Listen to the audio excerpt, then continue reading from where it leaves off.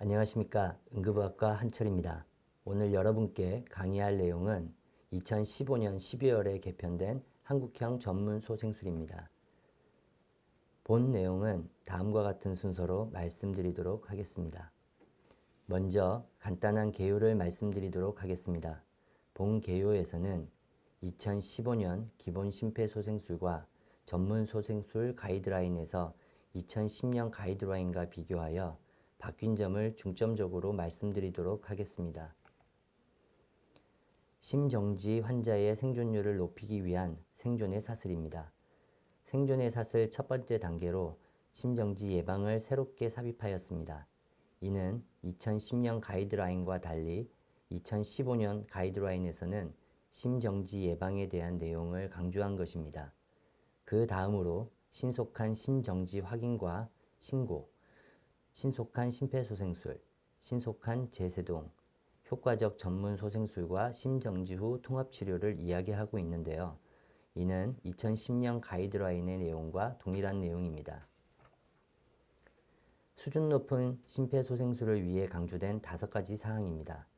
가슴 압박의 위치는 가슴뼈 아래쪽 2분의 1이며 깊이는 성인의 경우에는 5cm, 소아의 경우에는 4에서 5cm, 영아의 경우에는 가슴 두께의 최소 3분의 1 이상인 4cm를 시행하도록 하고 있습니다. 특히 성인의 경우에는 최소 5cm 이상, 최대 6cm의 가슴 압박을 하는 것이 효과적입니다.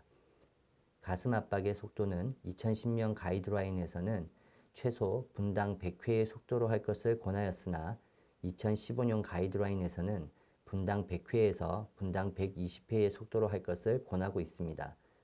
가슴 압박 후 가슴이 완전히 이완되도록 하는 것과 가슴 압박의 중단을 최소한으로 하라는 것은 2010년 가이드라인과 동일합니다. 보시는 내용은 기본 소생술의 흐름도입니다. 2010년 가이드라인에서는 반응이 없는 환자를 발견하면 먼저 의식을 확인하고 호흡을 확인하여 호흡이 없는지 혹은 비정상적인 호흡인지를 확인한 후 119에 신고를 하고 이후에 맥박을 확인하여 필요시 심폐소생술을 시작하도록 권하였는데요. 2015년 가이드라인에서는 반응이 없는 환자를 발견하면 의식을 확인하고 바로 119에 신고한 이후에 맥박과 호흡을 10초 이내에 동시에 확인하도록 권고하고 있습니다. 이렇게 바뀐 이유는 심정지가 의심될 경우 심정지에 대처할 수 있는 팀을 바로 호출할 것을 강조한 것이라고 할 수 있습니다. 전문 소생술 분야도 2015년 가이드라인에서 변경사항이 있습니다. 먼저 전문 기도기가 삽입된 경우에는 2010년 가이드라인에서는 6에서 8초, 즉 분당 10에서 12회의 인공호흡을 하도록 권고하였으나 2015년 가이드라인에서는 6초, 즉 분당 10회의 인공호흡을 하도록 권고하고 있습니다. 그리고 제세동이 필요 없는 심정지 리듬인 무수축과 무맥성 리듬의 심전도를 보이는 심정지에서는 에피네프린을 가능한 신속하게 투여해야 한다고 권하고 있습니다. 20분간의 심폐소생술 후에는 호기말 이산화탄소 분압의 수치가 10mmHg 이하인 경우에는 소생술 실패 예측 지표로 고려될 수 있다는 점도 새롭게 나온 권고안입니다.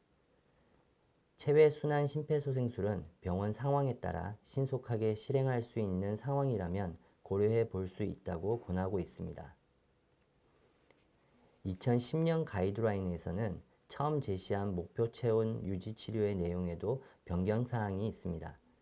2010년 가이드라인에서는 32도에서 34도 사이의 목표 체온 유지 치료를 12시간에서 24시간 유지할 것을 권하였으나 2015년 가이드라인에서는 자발순환 회복이 된 반응 없는 성인 환자에서는 32도에서 36도 사이의 목표 체온 유지 치료를 최소 24시간 일정하게 유지할 것을 강력하게 권고하고 있습니다. 뿐만 아니라 목표 체온 유지 치료 이후에도 지속적으로 혼수 상태인 성인 환자에서는 반드시 열이 나지 않도록 예방하거나 치료할 것을 권하고 있습니다. 본 내용부터는 전문 소생술의 과정에 대해 말씀드리도록 하겠습니다. 기본 소생술이란 가슴 압박과 인공호흡, 자동 제세동기를 이용한 소생술로 말씀드릴 수 있으며 전문 소생술이란 다른 말로 모니터를 통한 팀 소생술이라고 말씀드릴 수 있습니다.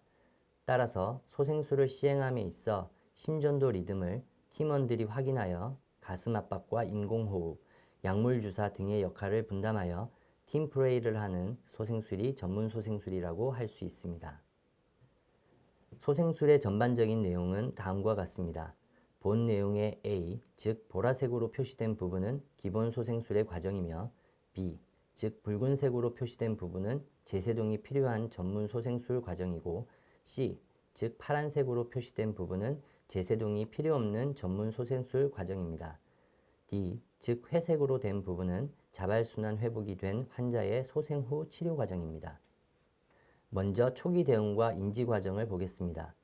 반응이 없는 환자를 발견하면 바로 도움을 요청하고 제세동기를 요청합니다. 본원에서 발견한 경우에는 2화 1호를 발동하도록 되어 있습니다. 이후 맥박과 호흡을 5초에서 10초간 동시에 확인한 후에 필요한 경우 기본 소생술을 시행하도록 합니다.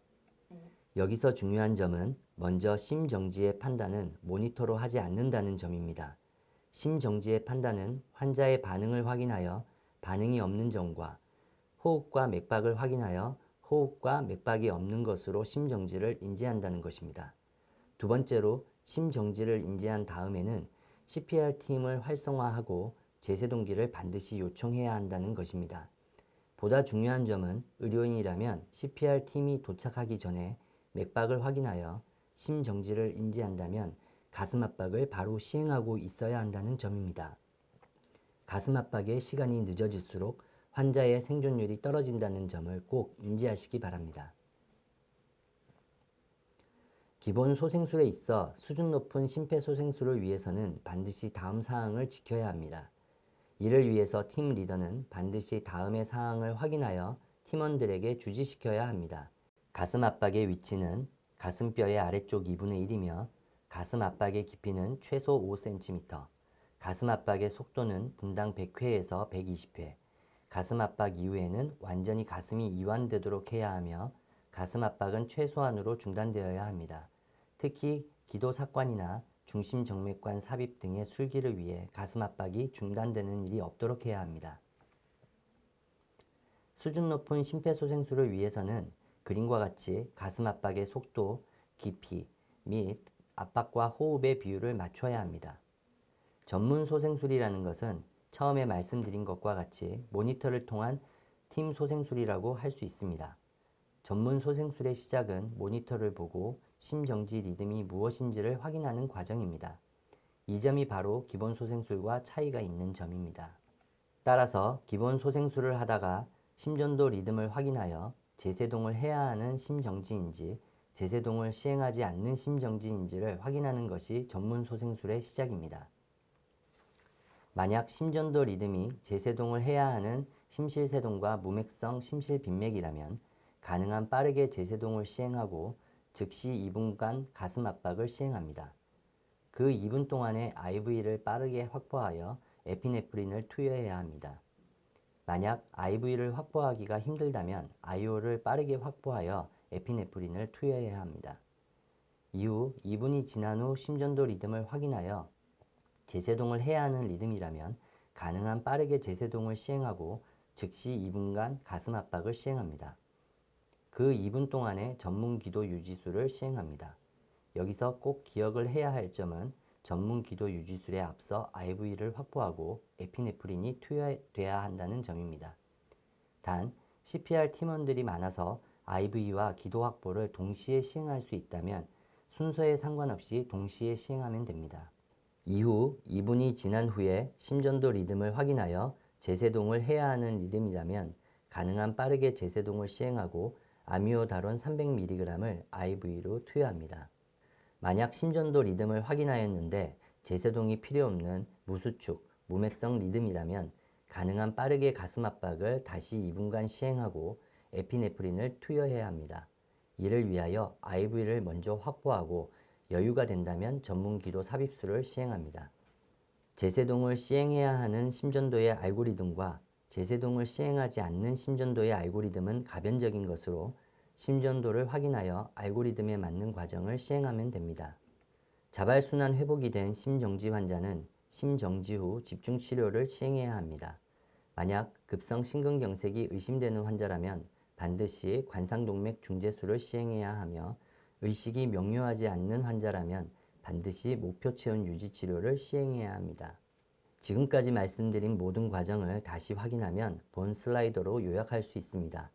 모든 과정에서는 반드시 가슴 압박을 강하고 빠르게 하는 수준 높은 소생술이 시행되어야 합니다. 이번에는 심정지 심전도에 따른 4가지 행위를 보도록 하겠습니다. 말씀드린 바와 같이 제세동을 해야 하는 리듬은 심실세동과 무맥성 심실빈맥이며 제세동을 하지 않아야 하는 리듬은 무수축과 무맥성 리듬입니다. 그 중에서 반드시 맥박을 확인해야 하는 리듬은 심실빈맥과 무맥성 리듬이며 맥박을 확인해서는 안 되는 리듬은 심실세동과 무수축입니다. 따라서 심실세동과 무수축을 보이는 리듬에서는 맥박을 확인하기 위해 가슴 압박을 하지 않는 행위를 해서는 절대로 안 됩니다. 본 리듬은 심실세동과 심실빈맥입니다. 본 리듬은 확인하자마자 바로 재세동을 해야 하며 이후에는 리듬 확인 없이 바로 가슴 압박을 해야 합니다. 단 심실빈맥을 보인 경우에는 반드시 맥박을 확인하여 맥박이 없는 경우에 재세동을 시행해야 합니다. 본 리듬은 무수축입니다. 이 경우에는 바로 가슴 압박을 시행해야 하며 IV를 확보하여 에피네프린을 가능한 빠르게 투여해야 합니다. 그 이후에 필요하다면 전문기도 유지술을 시행합니다. 본 리듬은 반드시 맥박을 확인해야 하는 리듬입니다. 만약 맥박이 없다면 무맥성 리듬으로 정의할 수 있으며 이러한 경우에는 무수축과 같은 방법으로 전문 소생술을 시행합니다. 지금부터는 전문기도 확보와 소생술에 사용되는 약물에 대해 말씀드리겠습니다. 전문기도 확보는 반드시 가슴 압박이 지속적으로 잘 되고 있는 경우에만 시행해야 합니다. 팀원이 많지 않아 가슴 압박이 지속적으로 잘 되고 있지 않다면 전문기도 확보를 빠르게 시행하지 않고 가슴 압박에 집중해야 합니다. 이러한 경우에는 백마스크 환기를 시행할 수 있으며 가슴 압박 30번당 환기를 2회 시행합니다. 만약 전문 기도가 확보되었다면 가슴 압박 10번에 환기 1회를 시행해야 합니다. 환기 시에는 환기백의 3분의 1, 즉 500에서 600ml의 양으로 산소를 공급해야 하며 과환기를 해서는 안 됩니다. 환기를 분당 3에서 4회만 더 시행해도 비너스 리턴이 되지 않아 가슴 압박의 효과를 무력화하기 때문에 팀 리더는 이를 지속적으로 확인하여 과환기가 되지 않도록 주의해야 합니다. 전문 소생술에 사용되는 약물은 에피네프린과 바소프레신, 아미오다론이 있습니다. 에피네프린은 1mg을 3에서 5분마다 주입하도록 권하고 있습니다. 따라서 알고리즘에 충실하기 위해서는 4분마다 에피네프린을 투여하는 것이 좋습니다. 바소프레신의 경우에는 첫 번째 혹은 두 번째 에피네프린을 대신하여 40유닛을 투여할 수 있습니다. 아미오다론 대신 리도케인을 사용할 수도 있으나 2015년도 가이드라인에서는 기본적으로 아미오다론 사용을 권하고 있습니다. 약물을 주입한 후에 그 효과를 높이기 위해서는 심장으로 빠르게 들어가게 해야 합니다. 이를 위해서는 약물 주입 후 20ml 생리식염수를 추가적으로 주입해야 하며 팔을 20초간 들어주는 과정이 필요합니다. 심폐소생술 과정에서 알고리즘대로 소생술을 지속하였음에도 자발순환 회복이 되지 않고 심정지가 지속되는 상황이 많이 있습니다. 이러한 경우에는 심정지의 가역적인 원인 중 무엇에 해당이 되는지를 판단하여 의심되는 상황에 대처해야 합니다. 교정 가능한 원인은 5H, 5T로 설명을 할 수 있습니다. 5H는 저혈량증, 저산소증, 산증, 혹은 고칼륨 혈증, 저체온이며 5T는 폐색전증, 심근경색, 긴장성 기흉, 심장눌림증, 약물 중독입니다. 다음으로는 심정지 후 치료에 대해 말씀드리겠습니다. 소생술은 리듬 확인 후 맥박이 축지된다면 자발순환 회복이 된 것으로 판단하고 소생술을 종료할 수 있습니다. 그리고 30분간 CPR 후 반응이 없다면 사망한 것으로 판단하여 소생술을 종료할 수 있다고 권하고 있습니다. 단, 사망한 것으로 판단할 경우에는 팀 리더와 팀원이 상의하여 시간에 상관없이 소생술을 지속할 것인지를 결정할 수 있습니다. 만약 자발순환 회복이 된 경우라면 심정지 후 집중치료를 시행해야 합니다. 심전도를 분석하여 급성 관상동맥 증후군이 의심되는 경우에는 관상동맥 조영술을 시행해야 하며 의식이 명료하지 않은 환자의 경우에는 목표 체온 유지 치료를 고려해야 합니다. 2015년 한국형 심폐소생술 가이드라인에서는 심정지 후 치료 과정을 다음과 같이 설명하고 있습니다. 자발순환이 회복된 환자는 기도 확보와 호흡 유지, 순환 유지를 해야 합니다. 그와 동시에 급성 관상동맥 증후군이 의심되는 경우에는 반드시 관상동맥 조영술을 가능한 빠르게 시행할 것을 권고하고 있습니다. 뿐만 아니라 구두 지시에 반응을 하지 않는다면 목표 체온 유지 치료를 반드시 시행해야 합니다. 산소화 유지는 FiO2를 최소한으로 조절하여 동맥혈 산소 포화도가 94에서 98%를 유지하도록 권고하고 있습니다. 폐 환기 시 과환기는 금지하고 있으며 호기말 이산화탄소 분압은 30에서 40mmMmercury, 동맥혈 이산화탄소압은 35에서 45mmMercury를 유지하도록 권하고 있습니다. 급성 심근경색은 병원 밖 심정지의 59에서 71%를 차지하고 있기에 자발순환 회복 후 반드시 12유도 심전도를 시행해야 합니다. 에스티절 상승이 관찰될 경우에는 반드시 응급 CAG를 시행해야 하며 에스티절 상승이 없다고 하더라도 급성 관상동맥 증후군이 의심될 경우에는 응급 CAG를 강력히 권하고 있습니다. 마지막으로 자발순환 회복된 환자에서 목표 체온 유지 치료 방법에 대해 말씀드리겠습니다. 자발순환 회복 후 반응이 없는 성인 환자에게 중심 체온 32에서 36도 사이의 목표 온도를 설정하여 최소 24시간 이상 일정하게 유지할 것을 권고하고 있습니다. 병원 밖에서 자발순환 회복된 직후에 많은 양의 차가운 수액을 정맥 내로 급속 주입하여 저체온을 유도하지 않을 것을 권고하고 있습니다. 목표 체온 유지 치료 후에도 지속적으로 혼수 상태인 성인 환자에서 열을 예방하거나 치료하는 것을 제한합니다. 체온 조절은 32에서 36도를 유지하는 시기에만 국한된 것이 아니고 이후에도 지속적으로 적어도 발열이 아닌 상태로 정상 체온을 유지해야 합니다. 경청해 주셔서 감사합니다.